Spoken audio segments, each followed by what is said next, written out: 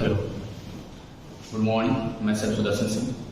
Today we will learn about a topic in biotechnology, that is PCR, polymerase chain reaction. Okay, let's learn about PCR. PCR, it is polymerase chain reaction, commonly known as PCR. Earlier it was called People's Choice Reaction. In early days it was called it was known as People's Choice Reaction.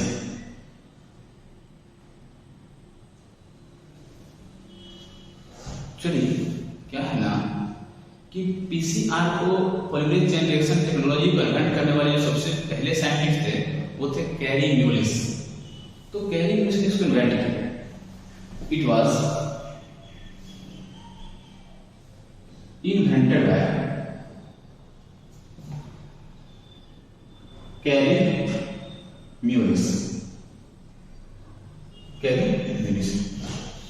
अब actually इसमें क्या करते हैं, एक machine use करते हैं जिस machine का नाम है थर्मोसाइक्लर।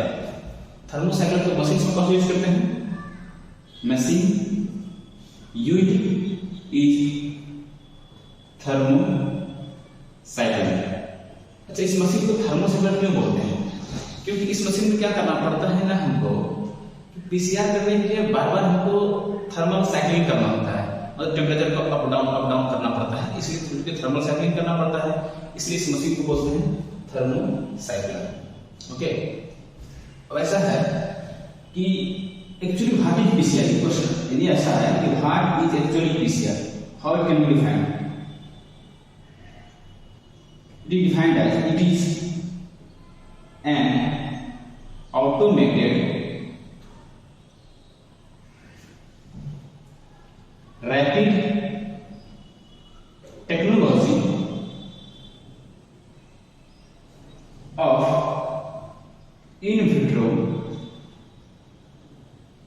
DNA replication। क्या है कि ऐसा टेक्निक है जिसमें कि हम लैब में ऑटोमेटिकली डीएनए में रेप्लिकेट कर जाता है। डीएनए रेप्लिकेशन और better will be written as DNA amplification. यदि हमको ऐसा कोई भी एक्सपेरिमेंट करना है और हमारे पास डीएनए सैंपल्स है, वो बहुत कम अमाउंट में है, यदि हमको डीएनए सैंपल्स के अमाउंट को बढ़ाना है, हम क्या कर सकते हैं, डीएनए का एम्प्लीफिकेशन कर सकते हैं पीसीआर टेक्निक से। पीसीआर टेक्निक जो है डीएनए का, ये मेनली दो प्रिंसिपल पे डिपेंडेंट होता है, दो प्रिंसिपल पे काम करता है। प्रिंसिपल क्या है, हम पहले लिखते हैं principles of, we can write principles of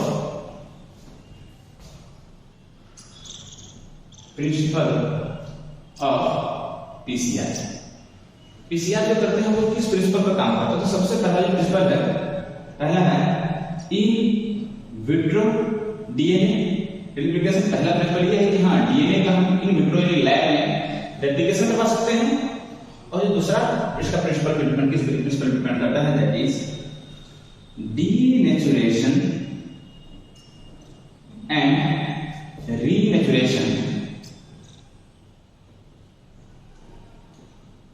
property of DNA. अब जैसे कि जेनेटिक्स में हम पढ़ते हैं कि डीएनए को हाई टेम्परेचर देंगे हम तो उसका डीनेचुरेशन हो सकता है, double stranded DNA single stranded DNA में कन्वर्ट हो सकते हैं, उसको बोलते हैं डीनेचुरेशन। और वापस अगर उसको हम नॉर्मल टेम्परेचर पे लाएं तो फिर से वो डबल स्ट्रैंडेड डीएनए का होता है, ज्वाइन होता है दोनों स्ट्रैंड, उसको बोलते हैं रीनेचुरेशन प्रॉपर्टी। तो उसी पे हमारा यही दो प्रिंसिपल है, दैट इज पहला है इन विट्रो डीएनए रेप्लिकेशन, दूसरा है denaturation and renaturation property of DNA. इसी तरह polymerase chain reaction technique total dependent है। अब देखते हैं कि actually polymerase chain reaction technique होता कैसे। चलिए हम देखते हैं स्टेप्स इन पीसीआर। पीसीआर में कितने स्टेप्स होते हैं? तो सर हमारे 3 स्टेप्स होते हैं, first, second and third. The first is denaturation, second is annealing, एक एक करके सबको डील करेंगे हम, and the third is extension. हम यहाँ पे 3 स्टेप में DNA polymerase chain reaction complete करते हैं। The first one is denaturation, second is annealing and third is extension. अब क्या है ना कि तीनों स्टेप्स को कैसे करेंगे देखिए। सबसे पहले क्या करते हैं, इसमें हम इन polymerase chain reaction special testing का यूज किया जाता है जिसका नाम है एपेंडॉर्फ ट्यूब। ठीक है, एपेंडॉर्फ ट्यूब इज यूज्ड। ये ध्यान रखना, इसमें स्पेशल ट्यूब का यूज करते हैं जिस ट्यूब का है एपेंडॉर्फ ट्यूब। क्या एपेंडॉर्फ एक्चुअली क्या है? ये ऐसा टेस्ट ट्यूब जिसमें ऊपर पे फ्लैप लगे होते हैं, इसको हम बंद कर सकते हैं और थर्मोस्टेट में रख के वापस उसको हम पीसीआर कर सकते हैं। तो देखिए अब सबसे पहले हम इस सारे स्टेप्स को कर रहे हैं। अच्छा, इसमें क्या होता है कि अलग अलग टाइम पे अलग अलग टेम्परेचर देना पड़ता है। तो जैसे कि हमको डीनेचुरेशन के टेम्परेचर देना पड़ता है, that is 94 degree Celsius. Denaturation के लिए देना पड़ता है 54 डिग्री सेल्सियस, और आपको एक्सटेंशन की करना पड़ेगा 72 डिग्री सेल्सियस टेम्परेचर। देखते हैं कैसे करेंगे पीसीआर एक्चुअली।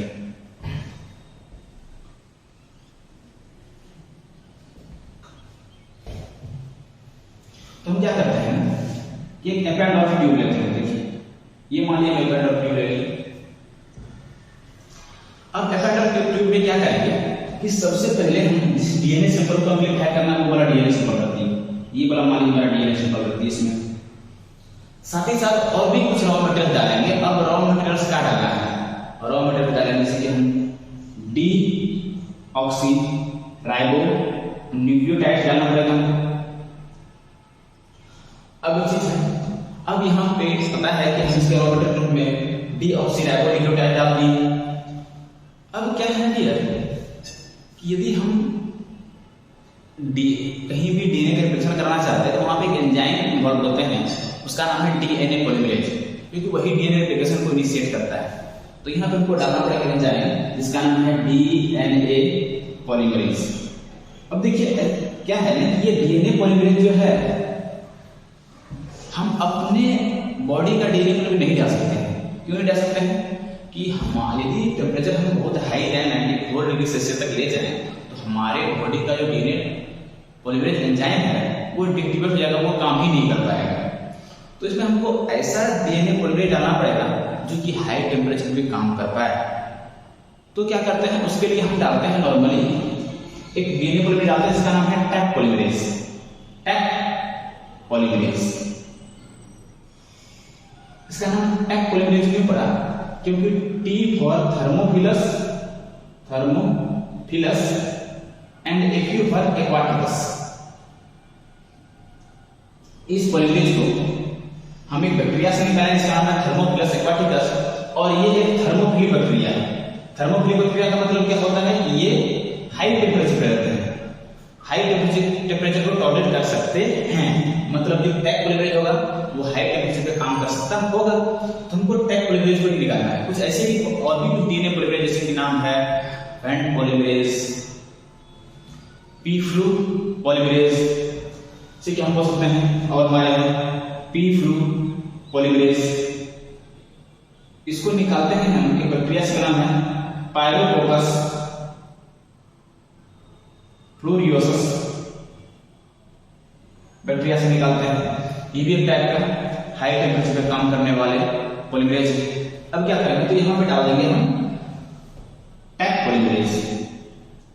तो डीएनए पॉलीमरेज कौन सा डालेंगे, यहां पे डाल देंगे हम टैक पॉलीमरेज। मोस्ट कॉमनली यही होता है, मोस्ट कॉमनली यूज्ड।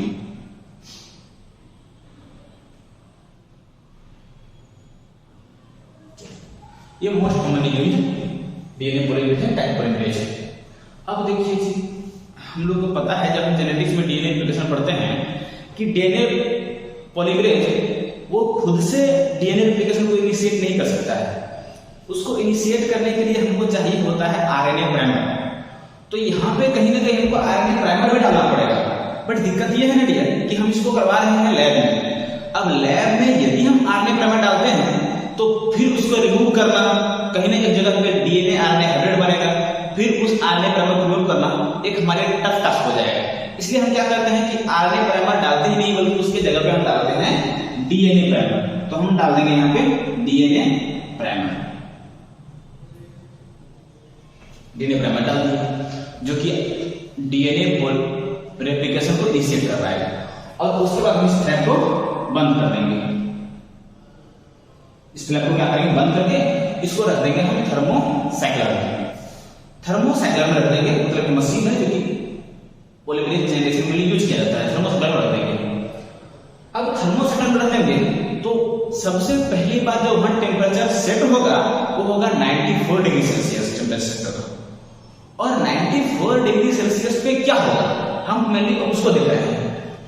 देखिए तो जब हम रखेंगे इसको, तो इसको हम रखेंगे तो क्या होगा, सबसे पहली बात हमारा जो टेम्परेचर सेट होगा वो होगा 94 डिग्री सेल्सियस।